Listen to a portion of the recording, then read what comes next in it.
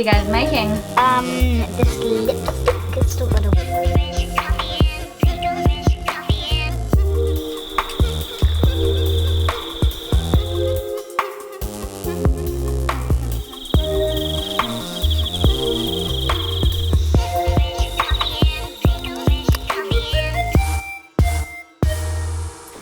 I'm like sitting on a chair, like in the middle of the yurt, interviewing myself.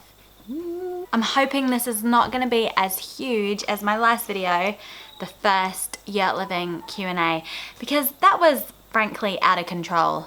I talked about yurts, the farm, parenting, like religion, even our upbringing. My goodness. If you haven't seen that one, that should be up there, maybe up there somewhere around here, linking you can check that out. This one tried to kind of keep it, you know, contained somewhat into the box of yurt things. First of all, let me give you a quick rundown because that is gonna pip quite a few questions to the point. Pip to the point? Is that a thing? I don't know. So we live in this yurt. This is a Pacific yurt. It came from America, but we actually found it on New Zealand's version of Craigslist. It's called, or eBay, it's called Trade Me. So we found this yurt. It had never been erected, but somebody had brought it over to New Zealand. So we got it for a bit of a bargain price of 35,000 New Zealand dollars. I always forget to add the thousand. So it sounds like a proper bargain at 35 New Zealand dollars. I'd buy a yurt. It was pricey, but it doesn't really compare to the price of a house, right? So this one came from America. It's pretty big, but it's still a small place. Do you know what I mean? We got the extra ceiling height put on, so we have a mezzanine up there. Check out my yurt tour if you haven't seen the yurt tour already. But we also have an extra yurt, and the little yurt is the one that we first moved into. It's 6 meters, and it's by a New Zealand company called Jaya Yurts.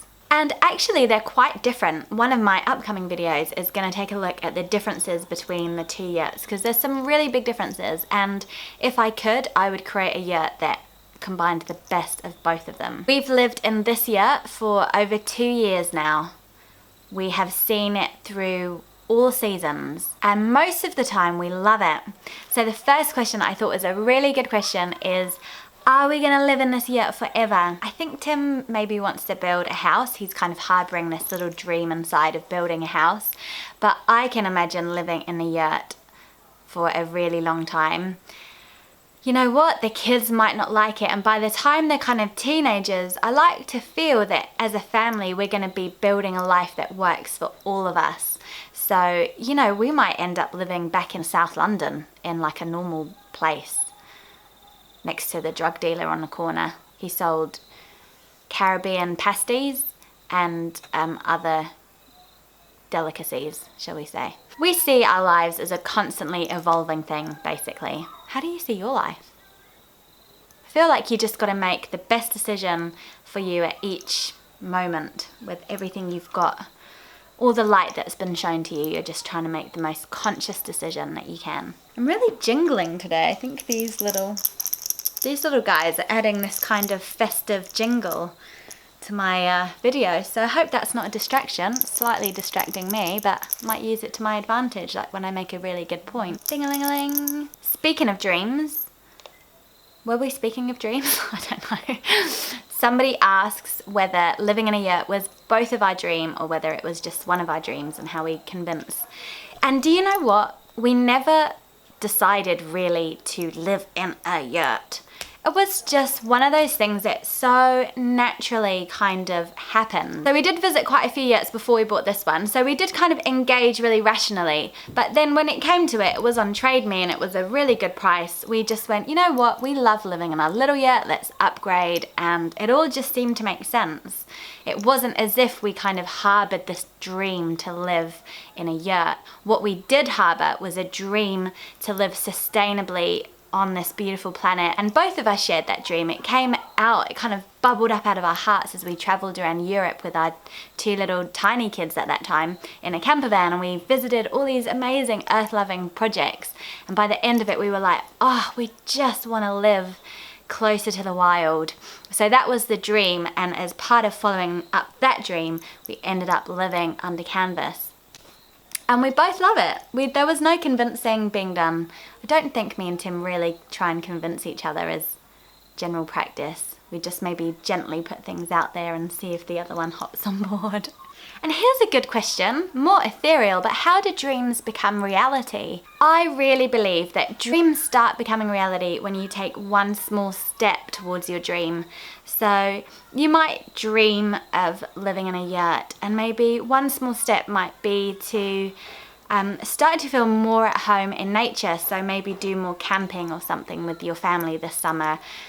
So just by intentionally taking one step towards the big ultimate dream, that's how things begin to unfold more naturally towards your dream. I really believe that, and I think that applies to all sorts of different things, like being an awesome wicked parent, or being a next level yoga guru. All of those kind of ambitions start with just one tiny step. So there should be a really pithy quote around that, but je ne sais pas. One small step for humankind, one leap for your dream. Help me out here. There's a great question about our kitchen and using the kitchen and smells and that kind of thing, because, you know, most houses would have a sort of suction thing where the smell and grease and everything kind of gets sucked out. We don't have that, but we have a rule where we don't fry any meat inside, and that's because we don't want those fat globules up on the ceiling, and we don't want to kind of put in all that grease and smell into our yurt. So we do all of our cooking when it comes to frying meat or big fried things or whatever, we cook outside. So we do that probably a few times a week actually. Tim doesn't want me to get his whole body in because he's accidentally wearing matching t-shirt and shorts and rugby socks and slippers. Tim, you can get away with wearing anything you want. You're a babe. Wear whatever you barely want to see wear. me. If I stand against a tree. You'd be camo. Camouflage. Safari Tim. Even when it's raining, we stand there with a brolly. How do we store firewood? So we have it in sort of piles around the yurt, and in the summer we keep it open to the sun to dry it, but when it rains we cover it up, and I think it looks really quite nice out there. We get water from a spring in the hill, and we use that for everything. We drink it, we cook with it, we use it for our laundry. It runs into Juno's mud kitchen. So good being able to tap into a spring. Our solar power can run our laundry. So on sunny days we'll sometimes do 6 or 7 loads of washing. And dry it all on the deck. We don't have a washing line, we just literally fling it all over the deck and it dries so quickly. But on rainy days, we have to go a really long time without doing any washing because it's all on solar. Here's a goodie. So if we had a couple of $1,000 extra, how would we spend it? I think possibly mine and Tim's ideas might be a little bit different on this. I should probably check in with him. So we can't spend it on solar. That was clarified in the question because first of all, we would absolutely upgrade our solar system. That is something we really need to do. So we're not allowed to do that with this extra money. What would we do? I personally would probably get a cleaner because I really don't like tidying and cleaning. I don't even notice it half the time. I only notice it when people in my YouTube comments are like, "Oh, look at your house. Look at your disgusting yurt." No, would I? I'd either get a cleaner or something else equally frivolous, such as spending $2,000 on plants for inside, because I love plants inside. I would just make this whole yurt into like this magical rainforest. That's probably my dream actually, and I do kind of take these little steps towards it by buying baby plants at the garden centre and then nurturing them into these monsters. That's, what I do.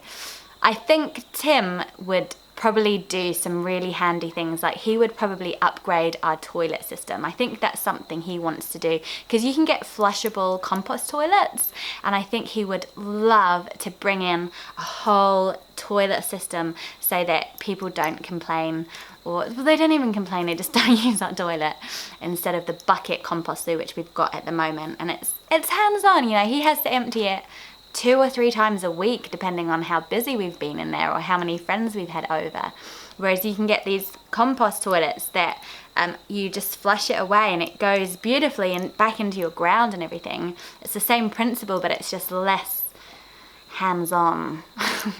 So I reckon that's what he would probably do if he had extra money. We've got a few other little issues as well, like our kitchen doesn't really work, like the furniture doesn't fit to the roundness of the thing. So we'd like to one day custom build some beautiful get a carpenter to build some like beautiful stuff that fits into our actual kitchen. That would be so nice if we could do that one day. Until then, we're super happy. Now, there were a few questions about weather. I'm gonna answer those quite quickly. It gets boiling hot in here. We've had 3 summers. The first 2 summers, it was absolutely fine, really manageable. This summer has been an absolute stonker, and it has been almost unbearable in here. We actually had to put in a new window in our bedroom to get more free flow. We have to drop saris down over the windows to stop it coming. And I think long term, like maybe within 5 years, we might try and build in a whole extra kind of big sort of room on the exterior, on the north facing wall, kind of like an earth ship. So bring in some of those earth ship principles to really insulate this place both from the cold and from the heat. And that might act as a bit of a greenhouse area. We'll build it up with clay and earth to really absorb some of those intense cold and hot patches that we have experienced. Cold wise, it can get cold in the winter. It takes about an hour and a half to heat up the big yurt early in the mornings on those frosty winter mornings. But once it's heated, it's really quite easy to keep it warm.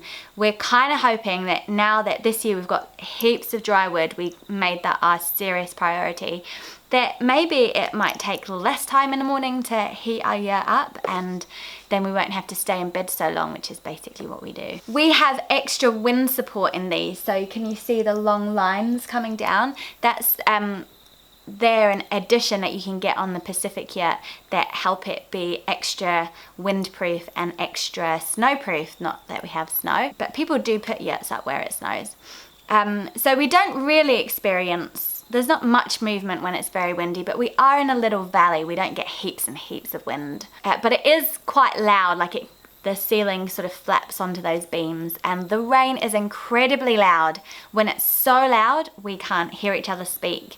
That maybe happens once every month or once every couple of months. It'll get so loud that you can't hear each other, and there's nothing you can do about it. I mean, I suppose we could add another layer of insulation if we really wanted up there, but it's probably not a big priority. We just embrace those times that we can't talk to each other. And it does get a little damp in here. If we had more solar power, then we might be able to run a dehumidifier on really wet days. We notice that it's quite damp because we sometimes see condensation on the interior, and in corners where there's lots of stuff, it gets moldy behind. So we're trying to bring things away from the wall so that things aren't hard up against the canvas, because they get moldy there, and we're having to kind of clean it all. But I think a dehumidifier would actually really help us. There's a great question about whether it was always our plan to go from little yurt to big yurt. We kind of didn't, but actually what we ended up doing was downsizing massively from a big proper house in South London to a tiny little VW camper van, like a 4-berth Westphalia. We loved it. So we compressed our whole life into this tiny little van and traveled around. And then when we moved to New Zealand after 6 months, we expanded into a little tiny bus. So it was a little bit bigger than the van, but to us it felt magnificent. And then after that, we had our bus and a little yurt. So moving to the little yurt and having the bus felt like really also luxurious and almost extravagant. So by the time we moved into our big yurt, we were like, wow, this place is massive. I highly recommend doing that. I reckon there's pretty much a good rule of thumb in there. Like, go ridiculously small so that you get used to that, and then gradually add a few meters, and by the time you end up in a yurt like this, you just think it's like this mansion. And there's a question about what to do when friends and family don't get it. We're pretty lucky in that most people around us get what we're trying to do. They understand that we're trying to live really sustainably and really in connection with the earth around us. I think some people took a long while to get there. The most important thing I think anyone needs to do is to really know why they are living an alternative life. Because once you're really sure of your truth, it's much easier for people's criticisms or people's wonderings to kind of just roll off your back and not really bother you at all. So that's our aim, is to keep feeling our truth really strongly, to keep living as authentically as we can. And as long as we do that, we feel able to just shrug our shoulders at the people around us that perhaps don't get it, or who maybe laugh at us or something like that. So I really encourage you, whatever life you're living, whether you're in a yurt or whether you're in South London, wherever you are, to really hold on to the truth that is yours and walk in that, and put your feet solidly on that path, because it's much easier for the voices of others to just fade away and become a sort of background noise that doesn't influence you too much. Thank you so much for watching. You can buy some of my t-shirts from my Etsy shop. There's a link below if you want to do that. And I also welcome you on board as a patron. There's heaps of goodies on Patreon. I do extra little videos and share lots of posts and thoughts and books and things like that. So if you want more of what I've got to offer, it's all on Patreon. Wherever you are, take care, much love to you, and stay radical.